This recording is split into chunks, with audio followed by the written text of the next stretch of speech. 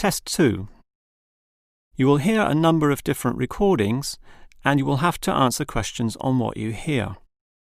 There will be time for you to read the instructions and questions, and you will have a chance to check your work.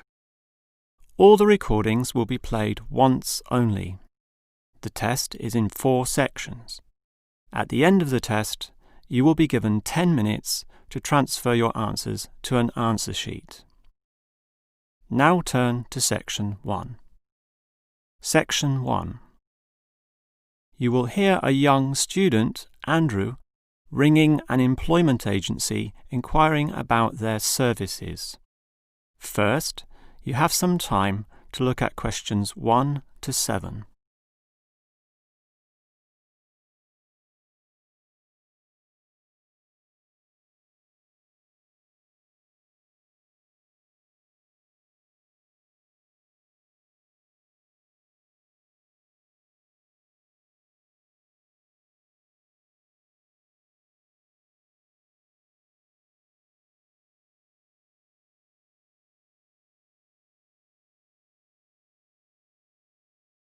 You will see that there is an example that has been done for you. On this occasion only, the conversation relating to this will be played first. Hello, is this the AAA employment agency? Yes. Hi, I rang before. My name's Andrew Peterson. I rang you earlier and gave you my personal details. The student's name is Andrew Peterson, so Peterson has been written in the space.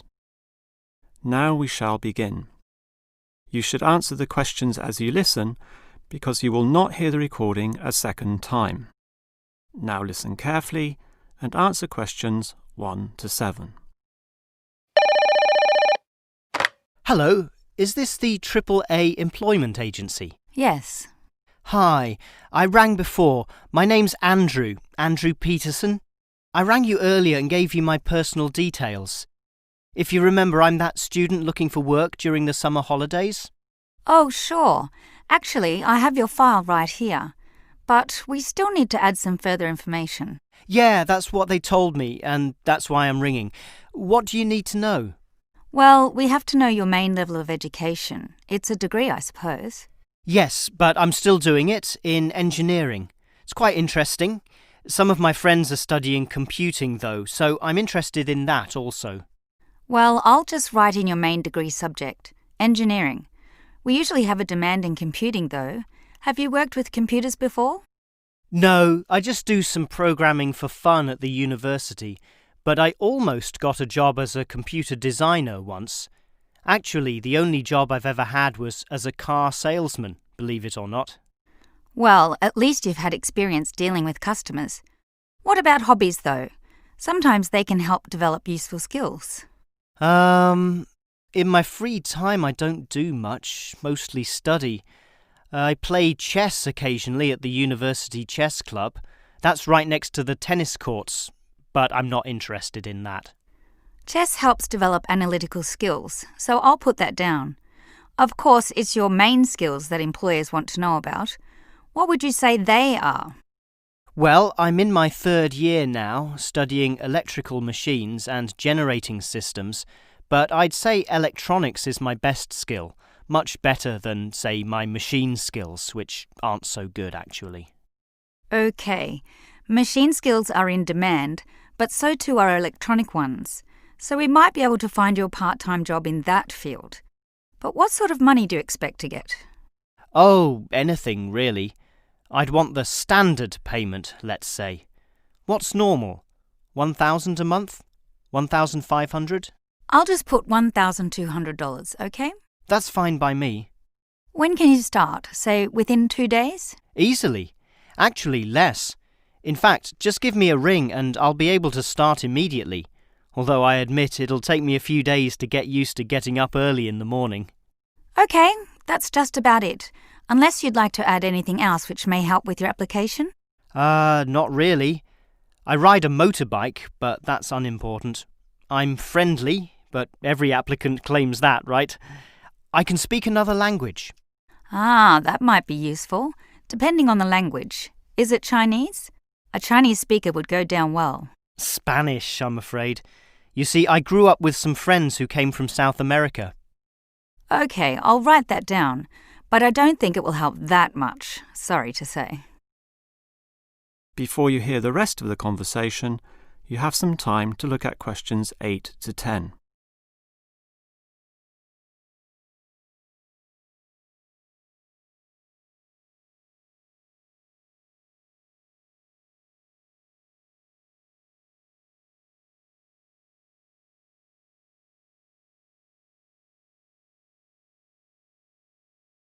Now listen and answer questions 8 to 10.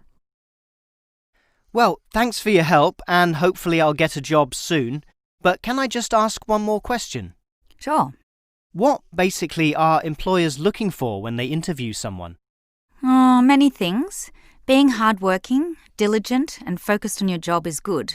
But surprisingly, it often means you can't see the bigger picture or provide suggestions which help the company move forward. That requires thinking for yourself, outside the box, as they say, and being free of the standard ways of approaching tasks. Employers certainly value that. I guess experience must help, though. It depends. If it involved a routine job, one which didn't exercise your mind, it might not mean that much at all. But since companies are basically composed of people, it is important to be able to get along with others. There's no point in hiring someone whom the other employees don't like, right? That just causes problems. In fact, I would say that being friendly and approachable ranks far more highly than your academic qualifications. Okay, and that's all assessed at the interview, right? Yes, and your qualifications, experience, and approach to the job, such as whether you can do different things, work overtime, or do long hours, is needed. But those latter qualities are pretty much standard. What may be more important is based on the fact that things inevitably go wrong. Mistakes are made, and someone's got to fix them in a way that creates the least disturbance. People with demonstrated abilities to do this are certainly regarded highly. I see. That's very interesting. That is the end of section 1. You now have half a minute to check your answers.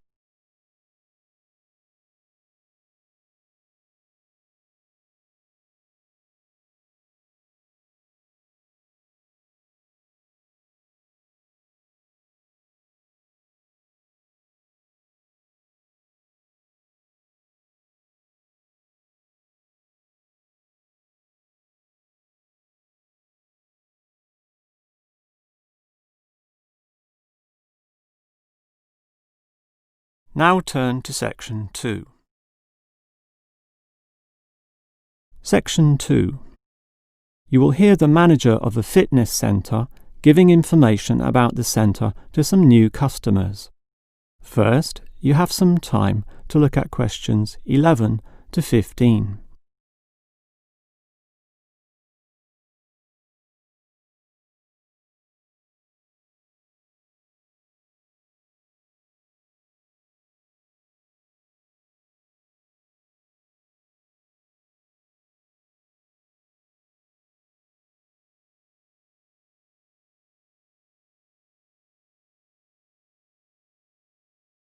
Now listen carefully and answer questions 11 to 15.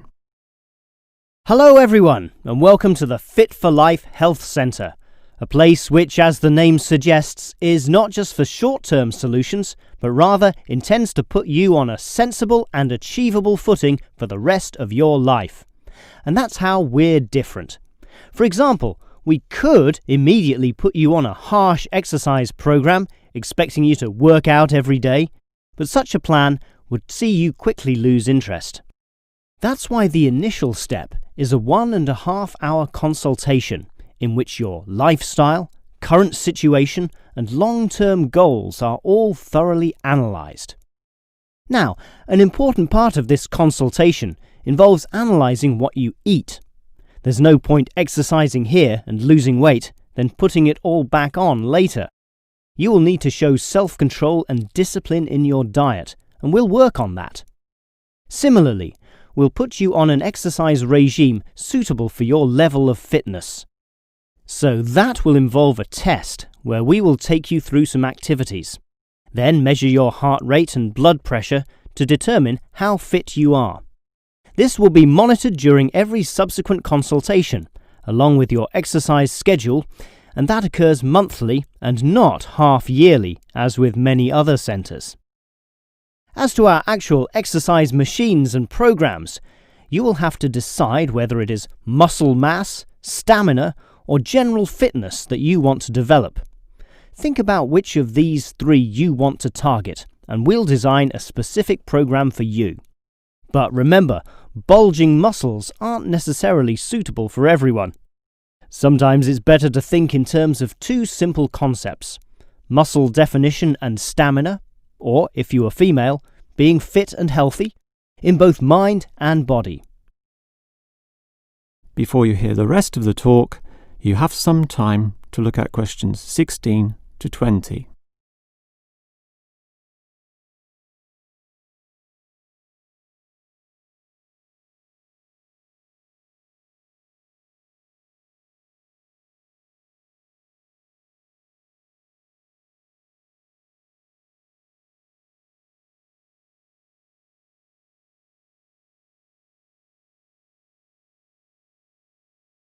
Now listen and answer questions 16 to 20.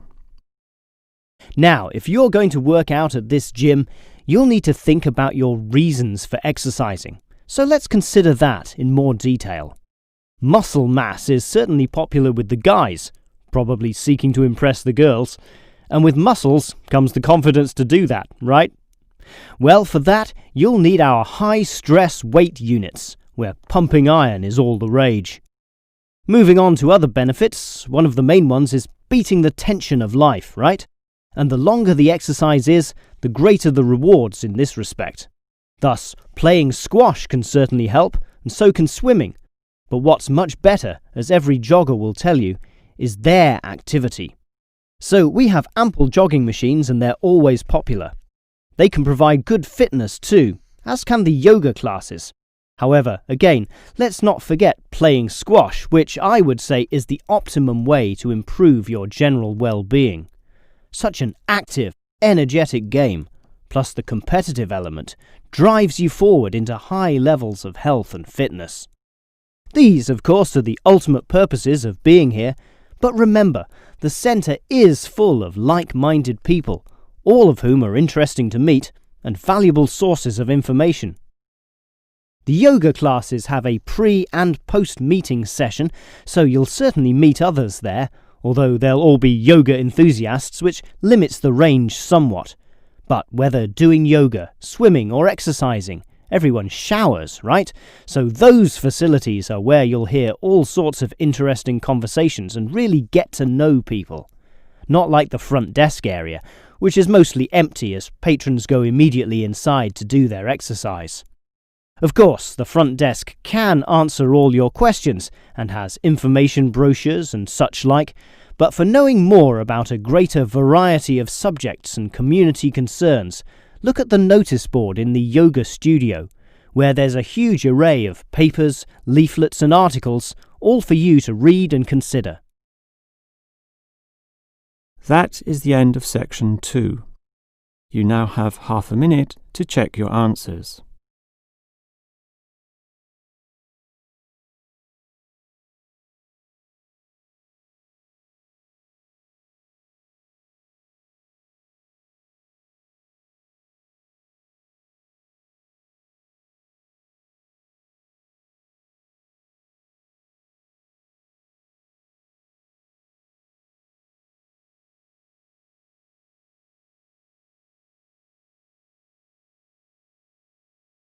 Now turn to section 3. Section 3. You will hear two faculty directors talking about which person in their university to promote. First, you have some time to look at questions 21 to 25.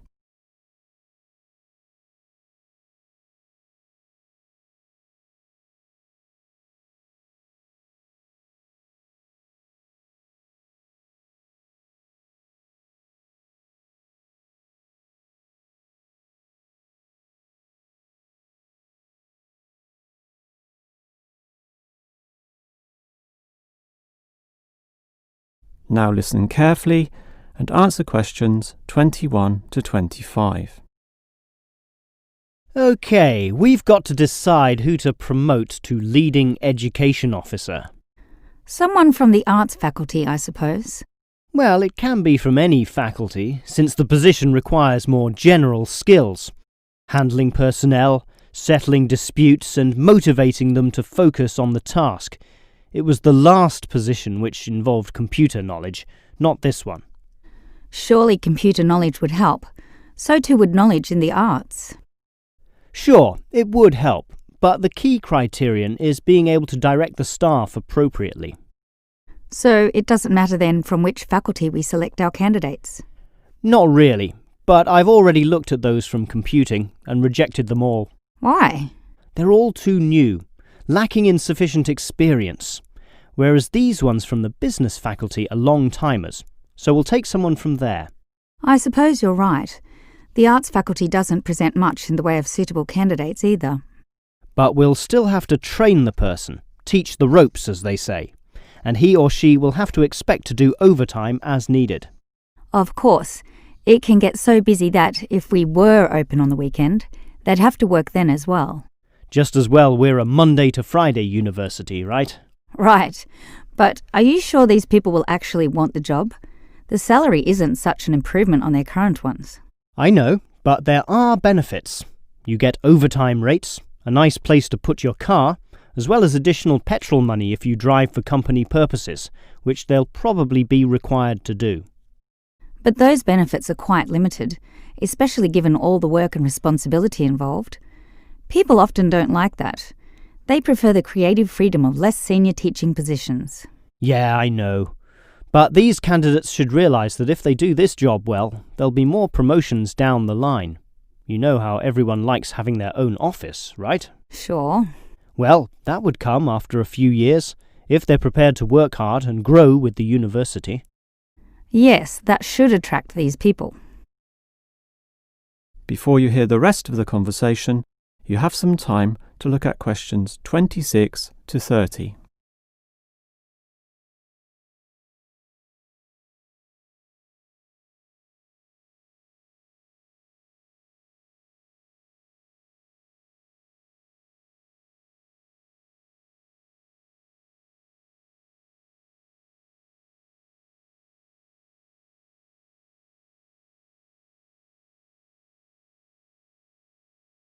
Now listen and answer questions 26 to 30.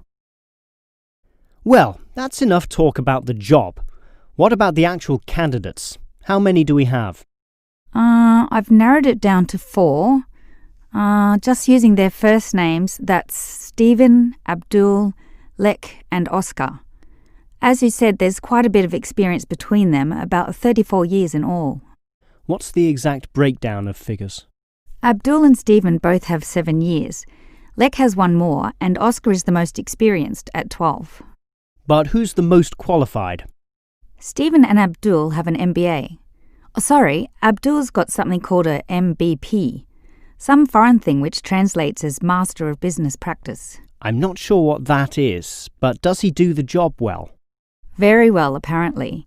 Better than Lek and Oscar, who hold a degree and some certificates respectively. But we have to think about any drawbacks. You know, possible issues with any of them. I asked the respective deans for feedback, and I found out that Stephen, the younger one, drinks a bit. So he has a problem with alcohol? No, he never drinks to excess, but at the bar he's often expressed his intention of moving on, of teaching abroad. Ah, he's not stable. Not stable at all, apparently. We'll never know for how long he'll hold the job.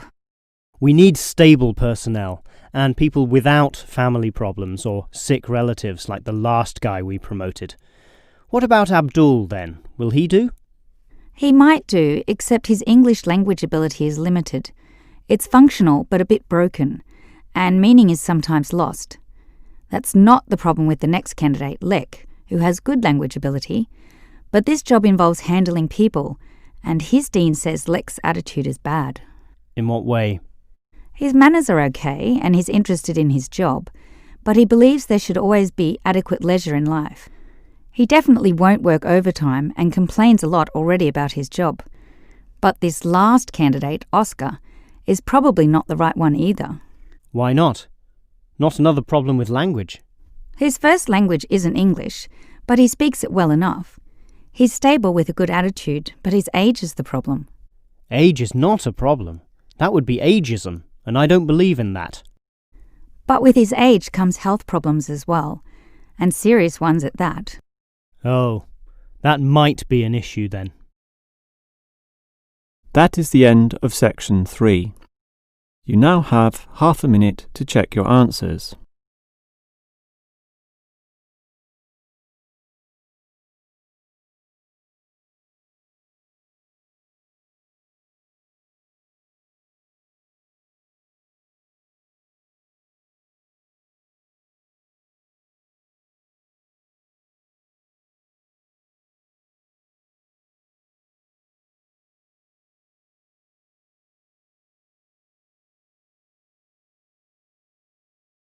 Now turn to section 4. Section 4. You will hear a lecturer talking about caves. First, you have some time to look at questions 31 to 33.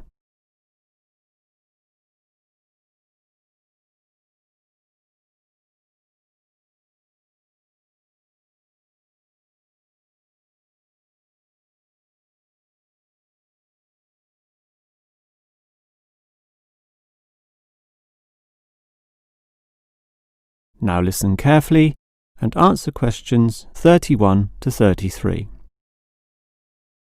If there is one natural feature which has long fascinated man, it is caves, those natural underground spaces into which people can enter. No known cave in the world can exist without it being extensively explored. Whether it be in remote areas, such as the Clearwater Cave in Borneo, or immensely long and difficult, such as Mammoth Cave in America. Or perhaps the most challenging, those caves below the water table, full with water, in which case the exploration is known as cave diving. Whatever the case, if the caves are known, as complex and difficult as they usually are, they will be explored. The formal name for the study of caves is speleology, and involves many disciplines such as chemistry, geology, biology, and cartography, or the science of making accurate maps, since the largest caves can be hundreds of kilometres long and highly complicated. If the exploration is just for fun, the activity is known as caving. But with the difficulties and dangers involved, the average caver is often involved with one of these speleological sciences. As for the number of caves in the world, research suggests that only a fraction have been found and documented, mostly in the areas in which caving has long been a popular activity, such as in America, France, or Australia. China, for example, has huge areas of limestone bedrock, prime material for cave formation, and logically must contain among the largest number of caves in the world. Yet only few are documented due to the lack of interest in caving there. Thus, as exploration continues, new caves will be discovered, and it is likely that the numbers could radically change in the future. Before you hear the rest of the lecture, you have some time to look at questions 34 to 40.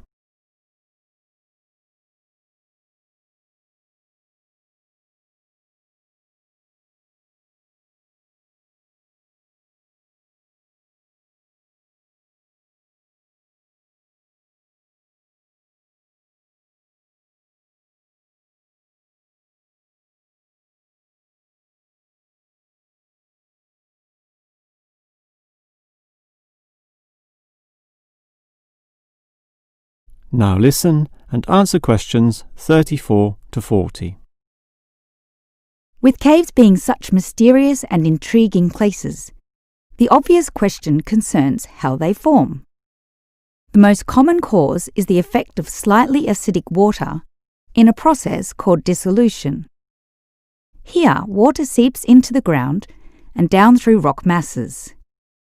If this rock is soluble, the water dissolves some of it and over time, the passage expands to become a cave or cave system. The largest and most common of these involves limestone, although other materials are possible, including gypsum, marble, and even salt. Now, if the cave is formed at the same time as the rock, it is called a primary cave, and the most common of these are lava tubes. When lava from volcanoes flows downhill, the topmost surface cools and solidifies first, leaving the hotter lava to continue to flow beneath. If most of this eventually flows out, a hollow tube is left. The country, Iceland, has some excellent caves of this type, and even far-flung Australia has a few. Finally, there are sea caves, formed from waves pounding into coastal cliffs and eroding into fault lines or softer rock. These caves are usually the shortest, about 50 metres at most, since the erosive action of the waves can only reach a certain distance. However, it is limestone caves which will always be the most interesting. This is due to the presence of limestone formations. As the groundwater seeps downward through the ceiling of the caves, it encounters a different pressure and temperature, causing it to deposit a small amount of its dissolved calcium carbonate. Over time, through the action of millions of drops, this deposition process results in ever-growing masses known as stalactites, if hanging from the ceiling, or stalagmites, if growing from the floor. Alternatively, the water may flow over a large surface of rock, forming flowstone, and with other sorts of processes, can result in beautiful milky white formations of astonishing complexity.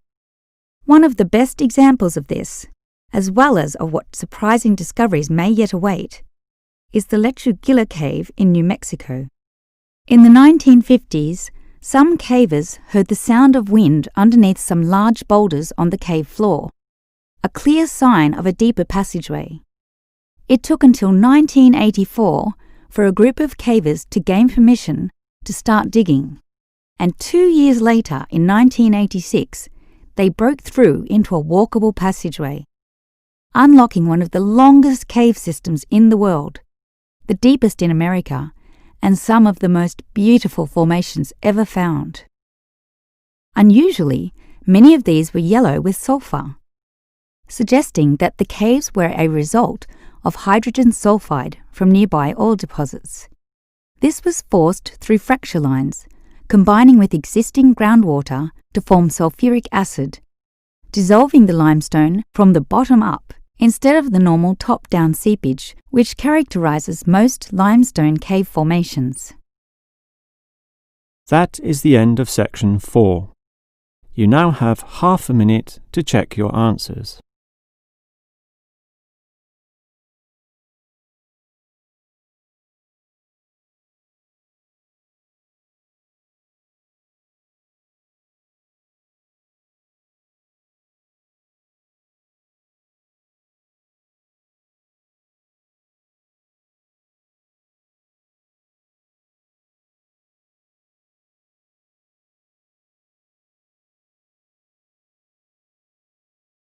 That is the end of the listening test. In the real IELTS test, you would now have 10 minutes to transfer your answers to the answer sheet.